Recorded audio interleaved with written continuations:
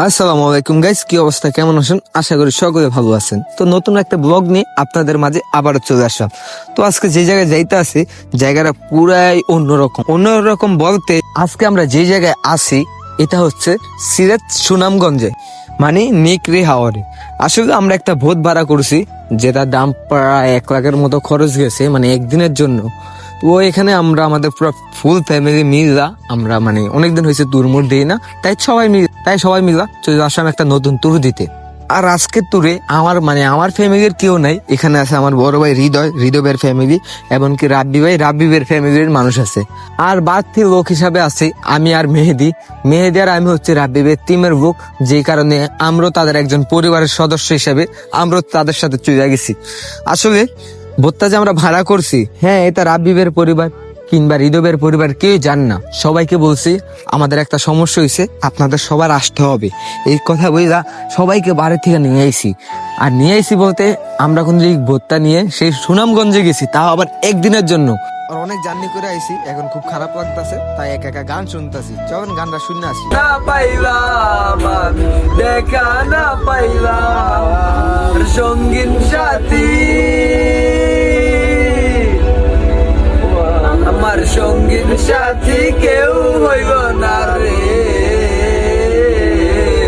রইব না আর বেশি দিন তোদের মাঝারে, হায় রে ডাক দিয়েছেন দয়াল আমারে,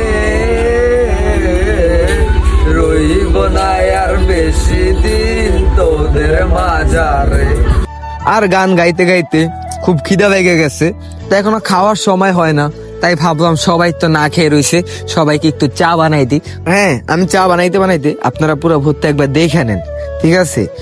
আর আমরাও ছেলেরাও পারি যে চা বানাইয়া মানুষদের খাওয়াইতে পারি, মেয়েরা যে সব পারে তা না, আমরা ছেলেরা অনেক কিছু পারি যেটা হয়তো সবাই জানে না। আর এই যে ভর্তা দেখতে পারতেছেন, ভর্তা অনেক সুন্দর, মানে এক কথায় আমার লাইফে যদি মানে সেরা ট্যুর হয় তাহলে এটাই হবে আমার লাইফের সেরা ট্যুর, ঠিক আছে? এক একটা রুম এত সুন্দর। তো ভোট দেখে অনেক দেখাইছি, এখন হয়তো আপনাদের কাছে খুব খারাপ লাগতেছে। চলেন সবাই মিলে চা খাই। যদিও আপনারা ক্যামেরার বাইরে, আমি ক্যামেরার ভিতরে আছি, তো সবার জন্য এই দেখেন কি সুন্দর রং চা বানাই দিলাম। আর আমরা যেহেতু নদীর উপরে আছি, তাই আমাদের কাছে অনেক শীত লাগতেছে, তাই গরম চাটা আমাদের জন্য বেস্ট একটা মানে রেসিপি হইতে যেতে আছে, মানে আমার জন্য, আমার লাইফে আমি নদীর উপরে বৈশা চা বানাইতে আসি। তো চা বানিয়ে উপরে চলে আসলাম, এখানে বারবিকিউর আয়োজন হইতেছে।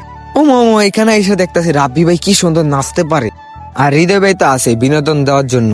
তো আমি একটা কথা ভুলে গেছি যে আমি হৃদয় ভাইকে আর রাব্বি ভাইকে আমার চা এখনো খাওয়াই না, তাই আমি আবার চলে এসেছি তাদেরকে একটু চা খাওয়াইতে। তো চা মা দিয়ে এখন আমি আমার রুমে যাব, আর আমার রুমটা আপনাদেরকে একটু দেখাবো। তো চলেন আমার রুমটা আপনারা একটু দেখেন। এটা হয়েছে আমার রুম। তো আমার রুম, আর হ্যাঁ, উপরে বারবিকিউ বানাইতেছে, তাই চলে আসলাম আর নিজেও একটু সবাইকে হেল্প করি। তাই এখানে আমাকে দিছে মশলা লাগাই, তাই মশলা খুব সুন্দর লাগাইছি। তো খাওয়ার ভিডিওটা আপনাকে দিলাম না, কারণ খাওয়ার ভিডিও আমি কখনোই আপনাদেরকে দিই নাই। তো খাওয়ার মাওয়া শেষ, রাত্রে ঘুমাইছি বেশ, সকালে চলে আসলাম আবারও খাইতে। তো সর্বশেষ একটা কথা বলতে চাই আপনাদেরকে, আপনারা কে কই থেকে আমার ভিডিওটা দেখতেছেন অবশ্যই কমেন্ট বক্সে কমেন্ট করে দিবেন।